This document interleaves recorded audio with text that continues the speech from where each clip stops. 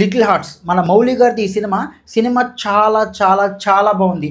Beautiful అంటే beautiful writing. నేను ఈ సినిమా కంటెంట్ చూసి ఇది ఒక న్యూ ఏజ్ ఫిల్మ్, పర్లేదు బాగానే ఉంటుంది అనుకున్నాను. కానీ ఇంత మంచి రైటింగ్తో ఇంత మంచి సినిమా తీస్తారు అని అనుకోలేదు. ఈ సినిమా ఇంత బాగా రావడానికి కారణం క్యారెక్టర్లు, వాటికి ఉన్న ఇంపార్టెన్స్. ఫస్ట్ హాఫ్లో మాక్సిమం క్యారెక్టర్లు కేవలం మాంటాజ్ షాట్లకే పరిమితం అయిపోతున్నాయి అనిపించింది. కానీ సెకండ్ హాఫ్లో ప్రతి క్యారెక్టర్కి కూడా ఒక ఇంపార్టెంట్ సీన్ పెట్టారు. ప్రతి యాక్టర్ కూడా ఆ క్యారెక్టర్స్ని చాలా బాగా చేశారు. కానీ ఈ సినిమాకి హార్ట్ అండ్ సౌల్ మాత్రం జయకృష్ణ. టైమింగ్ ఉన్న నటుడు జయకృష్ణ. కామెడీ రాయొచ్చు, కానీ దాన్ని సరైన టైమింగ్ లో చెప్పే సరైన యాక్టర్ ఉన్నప్పుడు మాత్రమే ఆ కామెడీ పండుతుంది. ఈ సినిమాలో 90% of the Jayakrishna comedy timing hilarious గా పండింది. ఈవెన్ జయకృష్ణ యొక్క తెలంగాణ స్లాంగ్ కూడా బాగుంది. ఈ సినిమాలో నాకున్న మేజర్ కంప్లైంట్ ఏంటంటే స్లాంగ్. ఈ కథ హైదరాబాద్ లోని సైనిక్ పురిలో జరిగే ఒక లవ్ స్టోరీ. తెలంగాణ స్లాంగ్ ని పెట్టారు. తెలంగాణ స్లాంగ్ అస్సలు వర్కౌట్ అవ్వలేదు. ఎందుకంటే డైలాగ్ అంతా కూడా నార్మల్ గా చెప్పేసి లాస్ట్ లో ఇచ్చిండ్రు, చేసిండ్రు, గుచ్చిండ్రు ఇలాంటి పదాలు యాడ్ చేసినంత మాత్రాన అది ఆథెంటిక్ స్లాంగ్ అయిపోదు.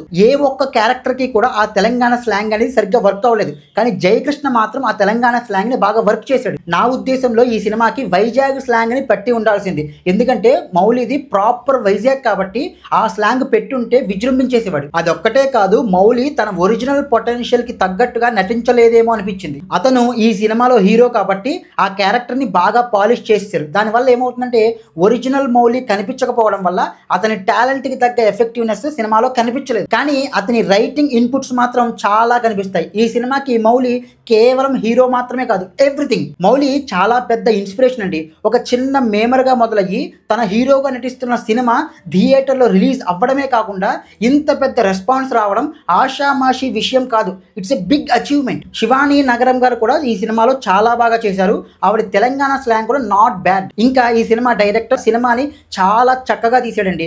ఆయన ఇంత మంచి రైటింగ్ రాసుకున్నప్పుడే 50% సక్సెస్ అయిపోయాడు. క్లైమాక్స్ ని చాలా బాగా ఎగ్జిక్యూట్ చేశారు డైరెక్టర్ గారు. ఎస్పెషల్లీ క్లైమాక్స్ లో బెంగళూరు షాట్స్ వస్తుంటాయి. హీరో హీరోయిన్ల మధ్యన ప్రేమ సన్నివేశాలు, వాళ్ళు టీనేజ్ దాటి యుక్త వయసుకి వచ్చిన తర్వాత ఆ సన్నివేశాలు నాకు చాలా చాలా బాగా నచ్చాయి. ఈ సినిమాకి ఇంత మంచి ఎండింగ్ ఇస్తారని నేను అనుకోలేదు. నాకు సెకండ్ హాఫ్ చూస్తున్నప్పుడు ఎక్సైట్మెంట్ రావట్లా. ఆ కామెడీ అవన్నీ పండుతున్నా సరే నాకు ఎక్సైట్మెంట్ రావట్లా. ఎందుకంటే నేను క్లైమాక్స్ గురించి ఆలోచిస్తున్నా. హీరోది టీనేజ్ లవ్ స్టోరీ కాబట్టి ఆబ్వియస్ గా ఆ ప్రేమ మనస్సులోనే గూడు కట్టుకుపోయి ఉంటుంది. ఆ ప్రేమ సక్సెస్ అవ్వదని నేను అనుకుంటున్నా. కానీ ఆ ఎండింగ్ చూసిన తర్వాత నేను ఫుల్ సాటిస్ఫై అయిపోయానండి. ఈ మధ్య కాలంలో నేను ఇంత మంచి రామ్ కామెడీ నేనైతే చూడలేదు. ఫుల్ హ్యాపీ నేను. మీలో ఎవరైనా ప్రేమలు అంటారా?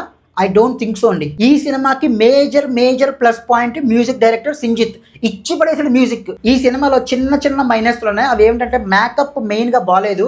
ఎస్పెషల్లీ మౌలికి, రాజీవ్ ఖన్నా కళాగారికి వేసిన మేకప్ తెలిసిపోతుంది. అలాగే డబ్బింగ్ కూడా అంత స్పష్టంగా వినిపించట్లేదు. ఇవి చిన్న చిన్న మైనస్లు, పెద్ద మేజర్ కాదు. ఇంకా ఫైనల్ వర్డ్ ఏంటంటే 2025లో ది బెస్ట్ ఫిల్మ్. ఒక మంచి రైటింగ్ తో, మంచి కామెడీతో, మంచి మ్యూజిక్ తో ఒక మంచి రామ్ కామెడీ చూస్తారు. ఈ సినిమాని థియేటర్లో ఎట్టి పరిస్థితుల్లోనూ కూడా మిస్ అవ్వద్దు. That's it. జై హింద్.